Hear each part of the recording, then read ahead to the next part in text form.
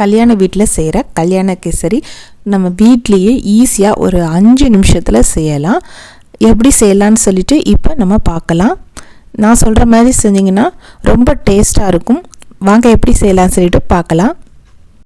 ஒரு வாணலியில் 1 கப் ரவை எடுத்துக்கோங்க. அதில் கொஞ்சம் நெய் ஊற்றி நல்லா நம்ம பொன்னிறமாகிற அளவுக்கு ஒரு நிமிஷம் வதக்கி எடுத்து வச்சுக்கலாம். கருக விட்டுறக்கூடாது. அந்த நான்ஸ்டிக் பேன்லேயே ஒரு 2 கப் தண்ணி விட்டுக்கலாம். 1 கப் ரவைக்கு 2 கப் தண்ணி விட்டுட்டு நல்லா நம்ம கொதிக்க விடணும். 2.5 கப் கூட விட்டுக்கலாம். ஆனால் நல்லா கொதிக்கணும் தண்ணி அதில் கொஞ்சம் கலர் பவுடர் போட்டு கொதிக்க விடலாம். இந்த மாதிரி கிளறி விட்டுக்கணும். நல்லா கொதிக்கட்டும். இந்த மாதிரி நல்லா கொதித்ததுக்கு அப்புறமா ரவையை இதில் கொஞ்சம் கொஞ்சமாக சேர்த்துக்கங்க. மொத்தமாக கொட்டிட்டோம் அப்படின்னா கட்டி ஆகிடும். கொஞ்சம் கொஞ்சமாக ரவையை சேர்த்து இந்த மாதிரி கிளறி விட்டுக்கலாம். மூடி போட வேண்டாம். ஒரு மீடியம் ஃப்ளேமில் வச்சு ஒரு 2 நிமிஷம் கொதிக்க விடலாம். அதிலே ரவை ஒரு 3/4 பங்கு வெந்துடும்.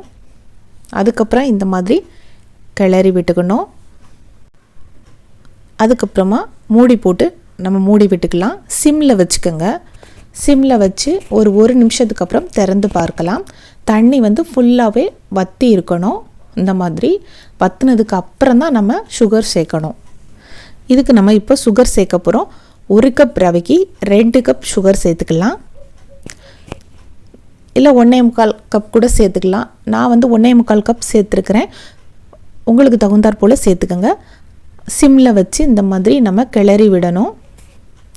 கிளறி விட்டுக்கிட்டே இருக்கணும். லைட்டாக கட்டியாக வரும் கொஞ்சம் கொஞ்சமாக. அதை நம்ம கரண்டியை வச்சு நல்லா அழுத்தி விடணும். இப்போது ஏலக்காய் பொடியை தட்டி தூவி விட்டுக்கலாம். மீடியம் ஃப்ளேமில் வச்சு நல்லா அந்த கட்டிகளை கரண்டி வச்சு அழுத்தி விடணும். அழுத்தி விட்டோம் அப்படின்னா அந்த கட்டிகள் எல்லாம் கரைஞ்சிரும். இப்போ கொஞ்சம் நெய் ஊற்றி நல்லா கிளறணும் அப்படின்னா சுவையான சூப்பரான நமக்கு கேசரி ரெடி ஆயிடுச்சு. இப்போ நீங்கள் முந்திரி பருப்பை வறுத்து இதோடு சேர்த்துக்கலாம். ரொம்ப ஈஸி. இதை நான் வாரம் வெள்ளிக்கிழமை பூஜைக்கு நான் செய்வேன். ரொம்ப டேஸ்ட்டாக இருக்கும். இந்த மெத்தடில் தான் செய்வேன். நீங்களும் ட்ரை பண்ணி பாருங்கள்.